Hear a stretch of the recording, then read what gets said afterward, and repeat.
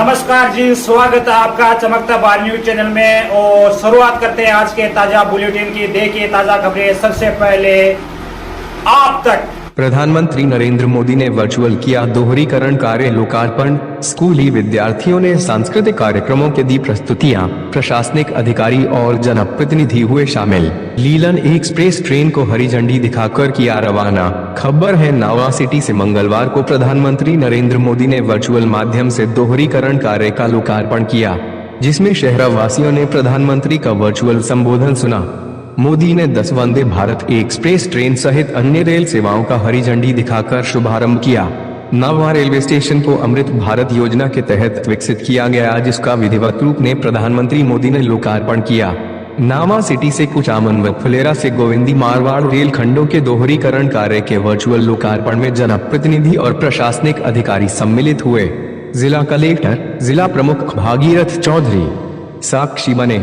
PM Modi ने rail विकास को देश के युवाओं को समर्पित बताया। नावा कुचामन रेल दोहरीकरण का 105 करोड़ से हुआ कार्य। कुचामन नावा सिटी रेलखंड दोहरीकरण में 16 किलोमीटर लंबाई का 105 करोड़ रुपए की लागत से कार्य संपन्न हुआ। नावा सिटी रेलवे स्टेशन पर आयोजित कार्यक्रम में प्रधानमंत्री ने वर्चुअल माध्यम से जोधपुर मंडल के फुलेरा गोविंदी मारवाड़ और नावा सिटी कुचामन रेल मार्ग के दोहरीकरण कार्यों का लोकार्पण किया। गौरतलब है कि फुलेरा रायकाबाग रेल दोहरीकरण परियोजना के अंतर्गत अब नावा सिटी से गोविंदी मारवाड़ रेलवे स्टेशनों के बीच सिर्फ 8 किलोमीटर मार्ग का दोहरीकरण कार्य शेष है, जिसे इसी माह पूरा करवाने का लक्ष्य है। मोदी ने कहा कि हम चुनाव जीतने के लिए नहीं लड़ते हैं, हम देश व युवाओं के भविष्य के लिए चुनाव लड़ते हैं। इस अवसर पर नावा में लीलन एक्सप्रेस ट्रेन का ठहराव कर नावा की जनता को सौगात दी गई। विद्यार्थियों ने दी सांस्कृतिक कार्यक्रमों की प्रस्तुतियां। वर्चुअल कार्यक्रम में विभिन्न विद्यालय के छात्राओं ने सांस्कृतिक कार्यक्रमों की भी प्रस्तुतियां दी।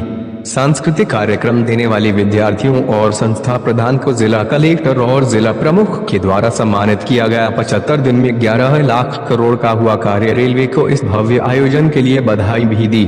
इसके साथ ही उन्होंने कहा कि इन 75 दिन में 11 लाख करोड़ की रेल परियोजनाओं और योजनाओं का शिलान्यास व लोकार्पण हो चुका है। पिछले 10 से 12 दिन में भी 7 लाख करोड़ से ज्यादा की परियोजनाओं का लोकार्पण व शिलान्यास हुआ है। आज भी विकसित भारत की दिशा में देश ने बहुत बड़ा कदम उठाया है। 1 लाख करोड़ रुपए से ज्यादा की परियोजनाओं का लोकार्पण व शिलान्यास हुआ है। इनमें 85,000 करोड़ की लागत के सिर्फ रेलवे को ही प्रोजेक्ट मिले हैं। लोकल का फॉर वोकल का मिशन भी उत्पाद को देश के कोने कोने में ले जाने में सहायक होगा। इससे एक भारत श्रेष्ठ भारत की नींव मजबूत होगी। मोदी बोले कि लोकार्पण वर्तमान और शिलान्यास उज्ज्वल भविष्य की गारंटी लाया है। ये 10 साल का काम अभी तो ट्रेलर है, मुझे तो और आगे जाना है। प्रधानमंत्री नरेंद्र मोदी 2014 में देश में आज से 10 साल पहले नॉर्थ ईस्ट के 6 राज्य ऐसे थे जहां की राजधानी हमारे देश की रेलवे से नहीं जुड़ी थी। 2014 में देश में 10,000 से ज्यादा ऐसे रेल फाटक थे, 10,000 से ज्यादा जहां कोई व्यक्ति नहीं था। लगातार एक्सीडेंट होते थे और उसके कारण हमारे होनहार बच्चों को, नौजवान को हमें खोना पड़ता था। 2014 में देश में सिर्फ 35% रेल लाइनों का इलेक्ट्रिफिकेशन हुआ था। पहले की सरकारों के लिए रेल लाइनों का दोहरीकरण भी उनकी प्राथमिकता में नहीं था। इस परिस्थिति में हर पल कौन मुसीबतें झेल रहा था, कौन परेशानियों में पिसा जाता था। हमारे देश का सामान्य मानवी, मध्यम वर्ग का परिवार, भारत का छोटा किसान, भारत के छोटे उद्यमी। आप याद करिए रेलवे रिजर्वेशन, उसका भी क्या हाल थी। लंबी लंबी लाइनें, दलाली, कमीशन, घंटों का इंतजार। लोगों ने भी सोच लिया था कि अब ये हालत कभी न कभी ऐसी है, मुसीबत है, चलो 2-4 घंटे सफर करनी है, कर लेंगे, चिल्लाओ मत, यही जिंदगी हो गई थी। और मैंने तो मेरी जिंदगी ही रेल की पटरी पर शुरू की है, इसलिए मुझे भली भांति है रेलवे का क्या हाल था। भारतीय रेल को उस नरक जैसी स्थिति से बाहर निकालने के लिए जो इच्छा शक्ति चाहिए थी, वो इच्छा शक्ति हमारी सरकार ने दिखाई है। अब रेलवे का विकास सरकार की सर्वोच्च प्राथमिकताओं में से एक है। हमने 10 वर्षों में औसत रेल बजट को 2014 से पहले की तुलना में 6 गुना ज्यादा बढ़ाया है। और मैं आज देश को ये गारंटी दे रहा हूँ कि अगले 5 साल में वो भारतीय रेल का ऐसा कायाकल्प होते देखेंगे जिसकी उन्होंने कल्पना भी नहीं की होगी। आज का ये दिन ऐसी इच्छा शक्ति का जीता जागता सबूत है। देश का नौजवान तय करेगा उसको कैसा देश चाहिए, कैसी रेल चाहिए। ये 10 साल का काम अभी तो ट्रेलर है, मुझे तो और आगे जाना है। लीलन एक्सप्रेस के ठहराव पर किया स्वागत। लीलन एक्सप्रेस ट्रेन का ठहराव मंगलवार प्रथम बार नावा सिटी रेलवे स्टेशन पर होने पर लोगों ने ट्रेन के चालक व सह चालक और गार्ड का स्वागत कर बधाई दी और ट्रेन को हरी झंडी दिखाकर रवाना किया। ये रहे मौजूद भाजपा प्रदेश उपाध्यक्ष व लोकसभा प्रत्याशी ज्योति मिर्धा, नागौर जिला प्रमुख भागीरथ राम चौधरी, भाजपा मंडल अध्यक्ष प्रकाश योगी, पंचायत समिति नावा प्रधान प्रतिनिधि एडवोकेट राजेश गुर्जर, नगर पालिका अध्यक्ष शायरी देवी गांधी, पालिका उपाध्यक्ष आनंदी लाल कुमावत, जिला कलेक्टर बाल मुकुंद सावा, उपखंड अधिकारी विश्वामित्र मीणा, तहसीलदार सज्जन राम, नायब तहसीलदार राम रतन रेगर सहित रेलवे विभाग के अधिकारी का जो लोकार्पण व शिलान्यास किया है उसके बारे में आप क्या कहना चाहेंगे? बहुत अच्छा है और मोदी जी ने जो काम किया वो अपने हजारों वर्ष से जो इंतजार कर रहे थे वो सब समस्या हल होगी। द्रुत गति से जो है रेलवे दौड़ेगी, अपना माल डाउन में भी देगी, यात्रीगण भी जो है सुविधा रहेगी। इसलिए बहुत अच्छा कार्य किया उन्होंने, इसके लिए वो धन्यवाद के पात्र हैं और उनकी सरकार आज दिन बनी रहे। आज रेलवे को हजारों लाखों करोड़ों रुपए के जो बजट घोषित करके जो लोकार्पण शिलान्यास के कार्यक्रम किए और कई जगह से आज पूरा देश जुड़ा हुआ था और कई ट्रेनों का लोकार्पण व ट्रेनें चालू हुई है और आज नावा को भी ऐसा ही सौगात मिली है जो लीलन एक्सप्रेस है जो नावा में रुकेगी। आप क्या कहना चाहेंगे? देखिए, मेरा ये मानना है कि नरेंद्र मोदी जी के कार्यकाल में जितने बड़े काम हुए हैं, चाहे वो फाउंडेशन स्टोन से लेकर के और उसका जो है लोकार्पण करने तक की बात है, तो सभी प्रोजेक्ट्स को उन्होंने एक गति के साथ में आगे बढ़ाया है ताकि समयबद्ध समय पे वो पूरी हो जाएं, समयबद्ध तरीके से वो काम करने लग जाएं। आज इसी कड़ी में आज जो फुलेरा से नावा की जो रेलवे का जो दोहरीकरण हुआ है उसके लिए भी मैं नावा की सारी जनता को बहुत बहुत बधाई देना चाहती हूँ और धन्यवाद करना चाहती हूँ मोदी जी का और हमारे जो रेलवे मंत्री अश्विनी वैष्णव जी का कि उन्होंने जो काम कराए हैं और जैसे बहुत ही ज़्यादा जागृत हैं। अगर कहीं की समस्या लेकर के जाते हैं और उनके हाथ में होता है तो उसको प्रयास करते हैं कि उसका हल हो सके। लीलन एक्सप्रेस का जो स्टॉपेज है वो उसी कड़ी के अंदर एक आज, और मुझे लगता है आने वाले समय में जो नावा के अंदर और लोकसभा क्षेत्र में काफ़ी ऐसी जगह हैं जहाँ पे लोगों की ट्रेनों की स्टॉपेज की मांग है। मुझे लगता है आने वाले समय में अश्विनी जी से बात करके, केंद्र में बात करके हम और भी ज़्यादा लोगों के लिए सुविधा का जो काम है वो करवाने का प्रयास करेंगे। आपका नाम और आज के प्रोग्राम के बारे में आप क्या करना चाहते हैं? नमस्कार, मेरा नाम अल्पना अग्रवाल है और मैं भाजपा महिला मोर्चा अध्यक्ष हूँ।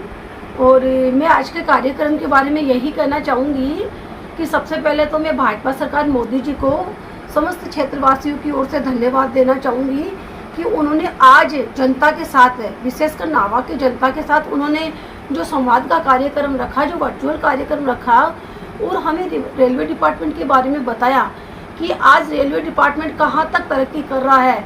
आज से पहले हमारा जो रेलवे विभाग था वो पिछड़ा हुआ था, मगर 10 साल के अंदर रेलवे डिपार्टमेंट को मोदी जी ने बहुत सारी सौगातें दी जो कि हमारे लिए बहुत ही उल्लेखनीय है। और मैं कहना चाहूँगी कि मोदी जी को धन्यवाद देना चाहूँगी कि हमारे नावा के अंदर जो रेल लाइनों का जो दोहरीकरण किया है वो हमारे लिए एक विशेष सौगात है, क्योंकि दोहरीकरण से एक तो मतलब कि जो क्रॉसिंग की समस्या है वो ख़त्म हो जाएगी, समय की बचत होगी, साथ में जो ट्रेनों का ठहराव ज़्यादा होगा और जो लंबी ट्रेनें हैं उनका ठहराव ज़्यादा होगा, यात्रियों को सुविधा मिलेगी। तो उसके लिए मैं धन्यवाद देना चाहूँगी। और जल्दी ही है कि हमारे यहाँ एक ब्रिज की घोषणा भी करी गई है, तो मोदी जी वो कार्य भी जल्दी ही करेंगे, ऐसा हम आशा करते हैं।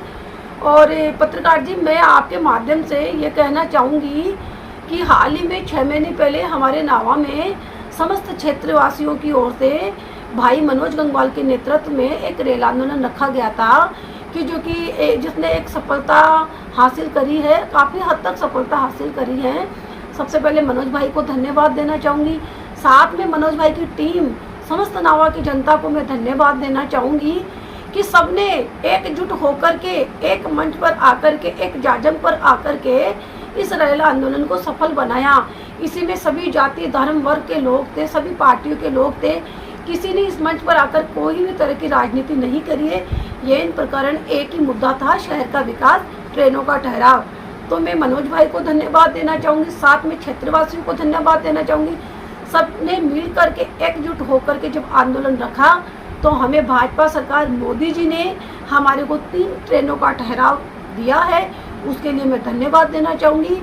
और साथ में मैं मनोज भाई से अपील करना चाहती हूँ कि आप समस्त जनता को साथ लेकर के अन्य ट्रेनों का भी ठहराव करवाए, जैसे मंडोर एक्सप्रेस है, मथुरा जाने वाली ट्रेन है, गुवाहाटी ट्रेन है। अगर इत्यादि ट्रेनों का अगर आप ठहराव करवाते हैं तो हमारी नावा की जनता को बहुत सुविधा मिलेगी, क्योंकि हमारा नावा क्षेत्र ऐसा क्षेत्र है जहाँ हिंदुस्तान के अधिकतर व्यापारी आते हैं और समस्त हिंदुस्तान के जो मजदूर वर्ग है वो यहाँ आते हैं और रोजगार प्राप्त करते हैं।